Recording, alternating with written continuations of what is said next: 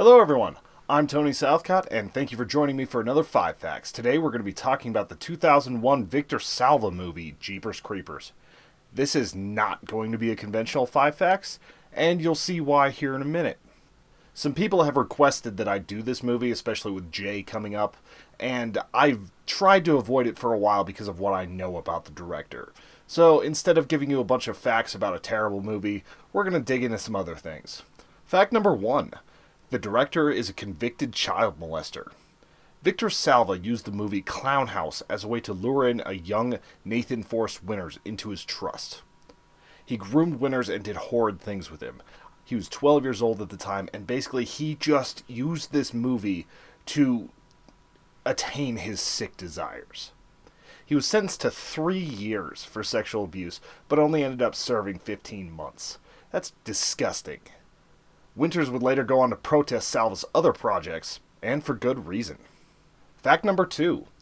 Victor Salva also made Powder, a disturbing Disney-sponsored metaphor. After being released from prison, Salva somehow still was able to make movies. He had to be on the child sex registry, so he couldn't be alone on set with children anymore, but that didn't change the fact that some of this content is deeply disturbing. This time, he would end up making the movie Powder, which was made by one of Disney's subsidiary companies. The late Barry Crimmins, an abuse survivor and satirist, believes that Powder is basically a NAMBLA advertisement. For those of you that don't know, NAMBLA is the National Association for Man-Boy Love. I don't know what the hell the A is. I'm not putting that shit in my Google search bar. It's a disgusting organization, and basically they have this idea that even young people can consent and they're the ones in power. And that's what this movie Powder is about. You've got a very young, soft person that's in control over all these adults and making his own choices. And it's basically just him putting himself into this situation so he can promote this disturbing and disgusting agenda. I tend to agree with Barry Crimmins on this, especially since he is an abuse survivor himself. He was talking about how he used to go after all these AOL pedophiles and everything, and actually testified before a few committees on that subject, and how they used to do a lot of this same language, this grooming, this just making it seem like the kids had power and choice and consent, and it's gross. And that's what the movie Powder seems to be about. This is an excuse for him to hide his predatory behavior, to hide the fact that he groomed kids for this. He's only been convicted in the early 90s, and we don't know if he's actually gone on to do this to other people. It's just a very disturbing thing, and this is why I'm just kind of derailing the whole Jeepers Creepers talk for now. Fact number 3. If you really think about it, Jeepers Creepers has a fair amount of this sort of element in it too. We're talking about a monster that specifically steals boys to take their parts away, to take their heart, to take their eyes, and to do horrible, horrible things to them. It's very, very heavily implied between the 3 movies that this one is only going after boys, and I believe that he's basically using this creeper, this idea of like a man who gets to just take what he wants, as some sort of sick representation of what he wants. Maybe I'm looking into it a little bit too far, but I don't really care about what people think about a convicted child molester. Not to mention the creeper subtext is actually something that's used commonly to describe pedophilia. Fact number 4. This movie sucks. I know it took 4 facts to actually get to the part where we talk about the movie, but this movie is just awful.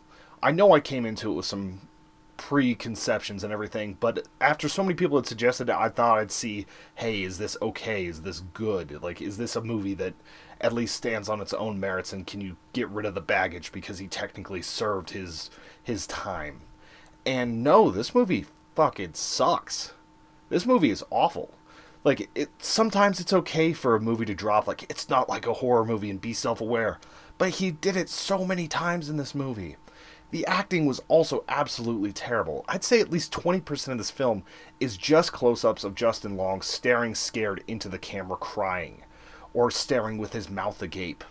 And I know that was part of the reason why they cast him, because he didn't have like the ego that a lot of actors had, and he could actually look scared. But if you're literally going to dedicate so much screen time to this, just add a little bit more, not just for like way too long of lingering shots. The monster suit is just kind of a fail on all levels. It reminds me of the 70s movie Gargoyles, and it just looks bad. Like, it in the dark it can look okay, from a distance it can be just a dude in a suit with a dark face that's kind of interesting, but it's not that good. Especially in the parts where he doesn't have clothes and you see like the super latex skin and everything. It just doesn't look real. It screams bad design. Not to mention that when the CGI wings come out, it's about as convincing as Nambla's moral argument. It looks bad.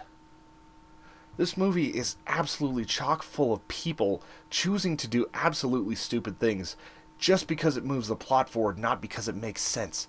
You don't go back and try to climb down some well whenever you have no way of contacting the outside world. You don't choose to do so many stupid things. I don't mind if characters make mistakes. I get mad whenever they just do it over and over and over again for no other reason than it serves the script. It's just bad writing. Fact number 5. Popcorn facts. Just because I can't do a video without at least dropping some things about the movie.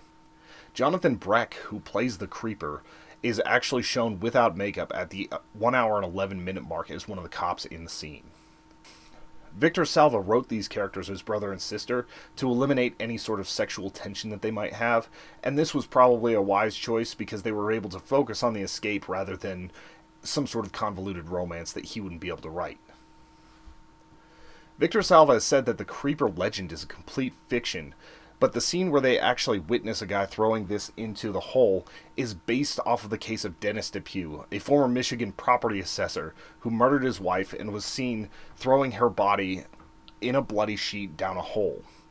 2 witnesses also recall a Depew speeding past them in a van and tailing them and riding their bumper for several miles, just the erratic behavior that the van in the beginning part of this movie has. This actually was turned into a 1990 episode of Unsolved Mysteries, so that's still out there if you end up digging that series. The original title for this movie was the ever so clever and greatly selected Here Comes the Boogeyman.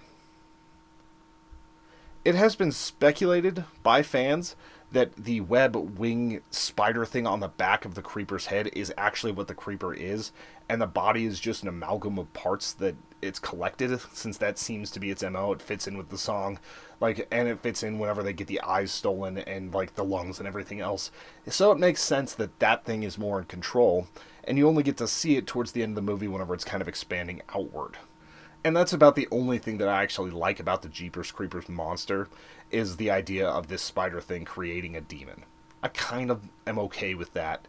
I still think it looked terrible, especially whenever he goes all fish, out and everything. But that's it for those 5 facts.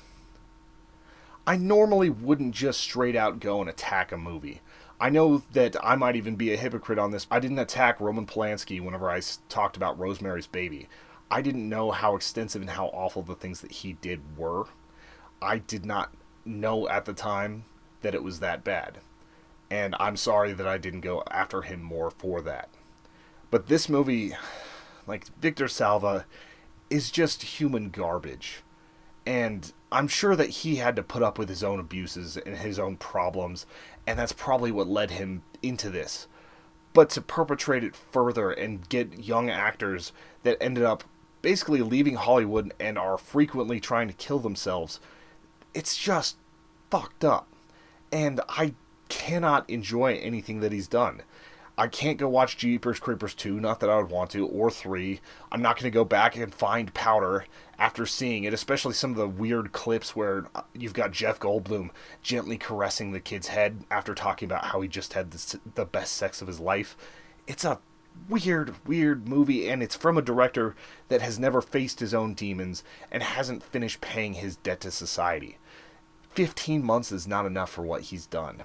And I don't want to even look at any of his other films again. So this is probably the last time you'll be seeing anything for Victor Salva on this channel. It's just garbage. The movie's bad, he's bad, and everyone involved should really assess what they were doing when they decided to work with a child molester. Especially Disney for paying for Powder. I know it was one of their subsidiary companies, but you got to do your due diligence. I know it was only 1995, so you didn't have the internet to be able to have outrage, but the protests and everything that came from that should probably have given you a clue that you made a mistake. Especially whenever you've got him basically zooming in and lovingly filming like young kids and everything in these movies. It's just horrible. So, that's it for my rant today. Sorry that this went a little bit off the rails, guys. There'll be a normal 5 facts coming up next week. I believe we're doing Krampus. If you have any comments about this, I don't really care if you want to defend him, but if you've heard about this before, if this is something that's just being illuminated, please put it in the comments. Let's have a discussion about it.